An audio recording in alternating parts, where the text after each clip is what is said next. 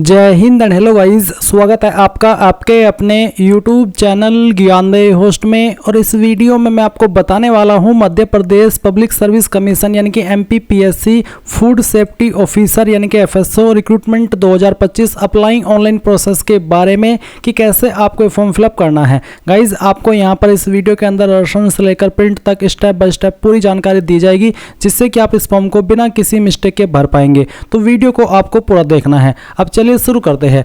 अगर आपने अभी तक वीडियो को लाइक शेयर नहीं किया कर दीजिए और चैनल को सब्सक्राइब करके बेल आइकन ऑन कर लीजिए। इसके बाद जो लिंक मैंने आपको वीडियो के डिस्क्रिप्शन में दिया है आप ओपन करेंगे। ओपन करने के बाद आपके सामने इस भर्ती की इन्फॉर्मेशन आएगी, जहां पर जानने को मिलेगा कि 120 पोस्ट निकाली गई है। एज लिमिट 21 से 40 साल के बीच रखी गई है। फॉर्म आप लोग 27 अप्रैल 2025 तक भर पाएंगे। कौन सी कैटेगरी के लिए कितनी वैकेंसी हो आप यहाँ पर देख सकते हैं। और अप्लाई करने के लिए आपसे बैचलर डिग्री या फिर master degree in food technology या फिर डायरी या फिर बायोटेक्नोलॉजी या फिर ऑयल टेक्नोलॉजी या फिर एग्रीकल्चर साइंस या फिर वेटरनरी साइंस या फिर बायोकेमिस्ट्री या फिर माइक्रोबायोलॉजी या फिर केमिस्ट्री और या फिर मेडिसिन। तो बेसिकली कहने का मतलब ये कि इनमें से किसी भी डिसिप्लिन के अंदर आपकी बैचलर डिग्री या मास्टर डिग्री होनी चाहिए। इसके बाद आप यहाँ पर फीस की इन्फॉर्मेशन चेक करेंगे एंड इसके बाद फिर आप इंपॉर्टेंट लिंक के सेक्शन में आएंगे। अगर आप इंटरेस्टेड है और आप एलिजिबल अप्लाई करने के लिए तो आप अप्लाई ऑनलाइन लिंक ओपन करेंगे। अब आपके सामने कुछ ऐसा इंटरफेस आ चुका है जैसे कि आप वीडियो में देख सकते हैं। यहाँ पर आपको आना है फूड सेफ्टी ऑफिसर। ये जो आप यहाँ पर अभी वीडियो में देख सकते हैं इसमें आप आना है और आप देखेंगे स्टार्ट डेट 28 मार्च 2025 और लास्ट डेट 27 अप्रैल 2025। तो आपको एप्लीकेशन फॉर्म के सामने जो एक्शन है इसके ऊपर क्लिक करना है। इसके ऊपर क्लिक करने के बाद आपके सामने ये वाला इंटरफेस आएगा। आप यहाँ पर टिक कीजिए और विज्ञापन क्रमांक इसके ऊपर क्लिक करके इसको ओपन कर लीजिए। ये ओपन करना अनिवार्य है। जब तक आप इसको ओपन नहीं करेंगे तब तक आप आगे नहीं बढ़ पाएंगे। अब आप नीचे की तरफ आएंगे और आई एक्सेप्ट इसके ऊपर क्लिक कर देंगे। नाउ गाइज आपके सामने यहाँ पर कुछ ऐसा इंटरफेस आएगा। तो सबसे पहले आपको यहाँ पर सिलेक्ट करना है कि आपके पास इनमें से कौन सी क्वालिफिकेशन है। स्नातक यानी कि ग्रेजुएट, स्नातक कोर यानी कि पोस्ट ग्रेजुएट या फिर डॉक्टरेट उपाधि। जो भी आपके पास क्वालिफिकेशन है वही आप सिलेक्ट कर लीजिए। तो जो भी आप सिलेक्ट करें उसके बाद में आपको बताना कि आपकी क्वालिफिकेशन इनमें से किस डिसिप्लिन या फिर किस सब्जेक्ट के साथ में है। तो अगर आप ये सिलेक्ट कर ले, अगर आप स्नातक कोर सिलेक्ट करते तो फिर आपको बताना है कि आपकी क्वालिफिकेशन इनमें से किस सब्जेक्ट के साथ में है। तो जो भी है वो आप यहाँ पर सिलेक्ट कर लीजिएगा। इसके बाद में आप नीचे देखेंगे व्यक्तिगत विवरण और ये आपको इन्फॉर्मेशन 10th के सर्टिफिकेट के अकॉर्डिंग देनी है। तो यहाँ पर गाइज अभ्यर्थी का प्रथम नाम यानी कि आपको आपका फर्स्ट नेम एंटर करना है। उसके बाद में मिडिल नेम नहीं है तो खाली छोड़ देंगे एंड देन जो आपका लास्ट नेम या फिर कह लीजिए कि सर नेम है वो आपको यहाँ पर एंटर करना है। फिर आपको आपका जेंडर सेलेक्ट कर लेना है। उसके बाद जो भी आपकी डेट ऑफ बर्थ है वो आप यहाँ पर एंटर करेंगे आपके 10th के सर्टिफिकेट के अकॉर्डिंग। तो जो भी है वो आप यहाँ पर इस तरह से डाल दीजिएगा।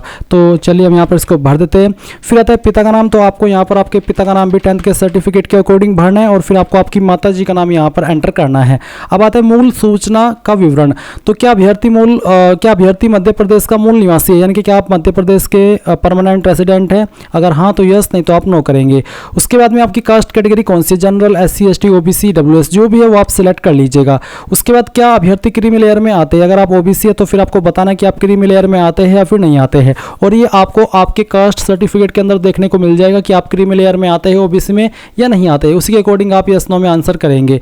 अगर आप आते तो यस और अगर आप नहीं आते तो आप नो करेंगे। और नो करने के बाद में आप यहाँ पर जाति का नाम अपनी एंटर कर दीजिएगा, जो कि SC ST OBC category candidate के सामने ऑप्शन आएगा, उनको अपनी जाति का नाम यहाँ पर देना होगा। फिर विवाह से संबंधित विवरण आएगा। पूछा कि क्या आप विवाहित है, मैरिड है। अगर हाँ तो यस और यस करने पर आपको पति पत्नी का नाम देना होगा। जीवित बच्चों की संख्या देनी होगी। अंतिम बच्चे की जन्म तिथि बतानी होगी और जुड़वा बच्चे थे। अगर हाँ तो यस, नहीं तो आप नो करेंगे। क्या अभ्यर्थी विधवा, तलाकशुदा, परित्यक्ता महिला है, उसका आंसर भी आपको करना होगा। अगर आप अनमैरिड है तो आप इसमें नो कर दीजिए। फिर आपको ये सब इन्फॉर्मेशन भरने की आवश्यकता नहीं पड़ेगी।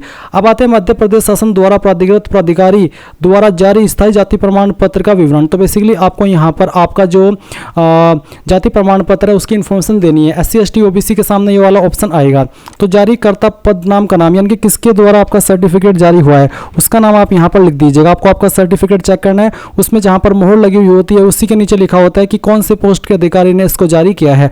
वही पोस्ट आपको यहाँ पर लिख देनी है। उसके बाद में प्रमाण पत्र जारी करने वाले जिला, तो आपको जिला सेलेक्ट कर लेना है। उसके बाद में प्रमाण पत्र क्रमांक और फिर किस डेट में जारी हुआ है वो डेट भी आपको यहाँ पर इस तरह से सिलेक्ट कर लेनी है। इसके बाद गाइज आप नीचे देखेंगे दिव्यांगता का विवरण। अगर आप दिव्यांग है और आपकी दिव्यांगता 40% या उससे ज़्यादा है तो यस करेंगे, नहीं है तो आप नो कर दीजिए। फिर इसके बाद आप नीचे की तरफ आएंगे और अन्य विवरण में कुछ और सवालों के आंसर करेंगे, जैसे कि क्या अभ्यर्थी कभी सेवा से पृथक करने के दंड से दंडित किया गया है, अगर हाँ तो यस, नहीं तो आपको नो करना है। क्या अभ्यर्थी के विरुद्ध कोई आपराधिक प्रकरण लंबित है, पेंडिंग है कोई केस, अगर हाँ तो यस, नहीं तो आपको नो करना है। क्या अभ्यर्थी आयोग की किसी परीक्षा अथवा चयन की विवर्जित अवधि में है, यानी कि MPPSC का कोई फॉर्म भरा हुआ है और अभी तक वो कंप्लीट नहीं हुआ, आप ऐसे कैंडिडेट है तो यस करिए, नहीं तो आपको नो करना है। क्या अभ्यर्थी मध्य प्रदेश शासन अथवा उसके नगर सैनिक निगम मंडल स्वशासी संस्थाओं में सेवारत है, अगर आप ऐसे कैंडिडेट है तो हाँ करिए, नहीं तो आपको नो करना है। फिर नीचे आएगा मध्य प्रदेश राज्य के रोजगार कार्यालय में जीवित पंजीयन का विवरण। तो क्या आपके पास मध्य प्रदेश राज्य के रोजगार कार्यालय में जीवित पंजीयन है, आपका इंप्लॉयमेंट ऑफिस के अंदर रजिस्ट्रेशन है, अगर हाँ तो यस, नहीं तो आप नो करेंगे। है तो यस करने के बाद में किस जिले के अंदर आप रजिस्टर्ड है वो जिला सेलेक्ट कर लेंगे। पंजीकरण क्रमांक और पंजीकरण क्रमांक जारी होने का दिनांक आप बता देंगे, नहीं है तो नो कर दीजिए। फिर भूतपूर्व सैनिक का विवरण। क्या अभ्यर्थी मध्य प्रदेश के भूतपूर्व सैनिक है, अगर हाँ तो यस, नहीं तो आपको नो करना है। फिर यहाँ पर एक और सवाल है कि क्या अभ्यर्थी विक्रम अवार्ड सम्मानित खिलाड़ी है, अगर हाँ तो हाँ, नहीं तो आप नहीं करेंगे। फिर शैक्षणिक विवरण यानी कि आपके क्वालिफिकेशन की जानकारी। तो सबसे पहले 10वीं की इन्फॉर्मेशन भरनी है। उत्तीर्ण परीक्षा का नाम तो आप इसमें यहाँ पर 10th ही लिख दीजिए। उसके बाद किसके अंदर आपके नंबर थे, ग्रेड CGP या फिर डिवीज़न। तो चलिए मैं यहाँ पर डिवीज़न सेलेक्ट कर लेता हूँ। फिर आपको बताना कि कौन कौन से सब्जेक्ट आपके पास 10वीं के अंदर थे। आप एक एक करके सभी सब्जेक्ट के नाम यहाँ पर लिख दीजिएगा जो भी आपके पास 10वीं के अंदर थे। उसके बाद पूर्णांक आपको यहाँ पर एंटर कर देने हैं। फिर कितने नंबर आपको आए थे वो आप यहाँ पर भरेंगे, प्रतिशत आपकी कैलकुलेट कर ली जाएगी। डिवीज़न आपको सेलेक्ट कर लेनी है।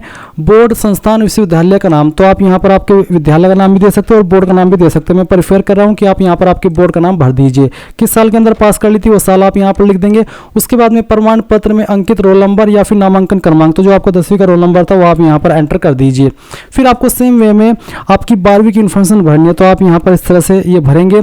फिर बताएंगे कि किसके अंदर आपके नंबर थे। उसके बाद में आपके सब्जेक्ट, फिर आपको यहाँ पर आपके टोटल नंबर डालने हैं, कितने नंबर आए थे वो आप यहाँ पर भर देंगे, परसेंटेज आ जाएगी। डिवीज़न अपनी सेलेक्ट कर लेनी है। फिर उसके बाद में बोर्ड का नाम, किस साल के अंदर पास कर ली थी वो, और फिर आपका जो 12वीं का रोल नंबर है वो भी आपको यहाँ पर भर देना है।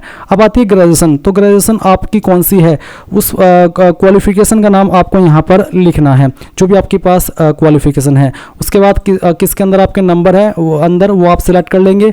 फिर यहाँ पर विषय मैंने ये सिलेक्ट कर लिया जो कि मैंने पहले ही सिलेक्ट कर लिया था।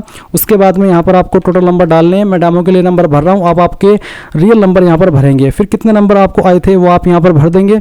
उसके बाद में आपकी डिवीज़न सेलेक्ट कर लेंगे, कौन सी यूनिवर्सिटी से आपने आपकी क्वालिफिकेशन की है ये वाली, उस इंस्टीट्यूट का नाम आप यहाँ पर दे दीजिएगा। फिर आपको यहाँ पर आपके साल का नाम लिखना है कि किस साल के अंदर आपने पास कर ली थी, और फिर आपको आपके फाइनल ईयर का रोल नंबर भी यहाँ पर डाल देना है। नीचे आता है परीक्षा शहर का विवरण। तो परीक्षा केंद्र के शहर का प्रथम विकल्प, तो आप पहली चॉइस एग्जाम सेंटर के लिए किसको दे रहे हो आप सिलेक्ट करेंगे। फिर सेकंड चॉइस, उसके बाद में थर्ड चॉइस, और फिर यहाँ पर फोर्थ चॉइस। फिर नीचे आता है सेवा का विवरण। अगर आपके यहाँ कोई एक्सपीरियंस है तो आप उसकी जानकारी भर दें, नहीं तो आप इसको खाली छोड़ दीजिए।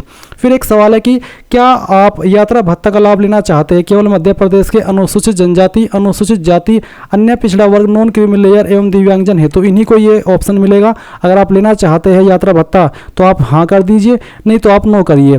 और अगर आप यहाँ पर यस कर रहे हैं तो यस करने के बाद आप नीचे देखेंगे बैंक विवरण। तो आपको आपके बैंक अकाउंट की इन्फॉर्मेशन देनी है। पहले आप बैंक का नाम लिखेंगे, फिर आप यहाँ पर IFSC कोड डालेंगे, शाखा का नाम लिख देंगे यानी कि ब्रांच कौन सी है, ब्रांच का कोड। ये सब इन्फॉर्मेशन आपको आपकी चेकबुक या फिर पासबुक के ऊपर मिल जाएगी। फिर आपका बैंक अकाउंट का जो नाम है, जो नाम आपका बैंक अकाउंट के अंदर है वो नाम आप यहाँ पर भरिए, और फिर अपना जो बैंक अकाउंट नंबर है वो भी डाल दीजिए। साथ ही साथ आपको बोला है उपरोक्त दी गई बैंक विवरण की पासबुक की मुख्य पृष्ठ की स्कैन कॉपी आपको अपलोड करनी है।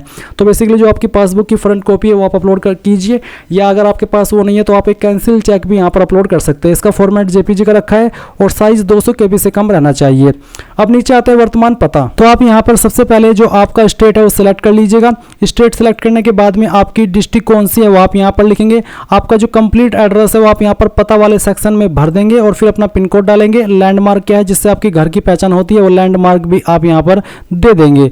इसके बाद में आप देखेंगे नीचे वर्तमान पता, तो बेसिकली क्या आपका प्रेजेंट और परमानेंट एड्रेस एक ही है, अगर एक ही है तो आप इसके ऊपर टिक कर दीजिए, अगर अलग है तो अनटिक करके अलग से भर दीजिए।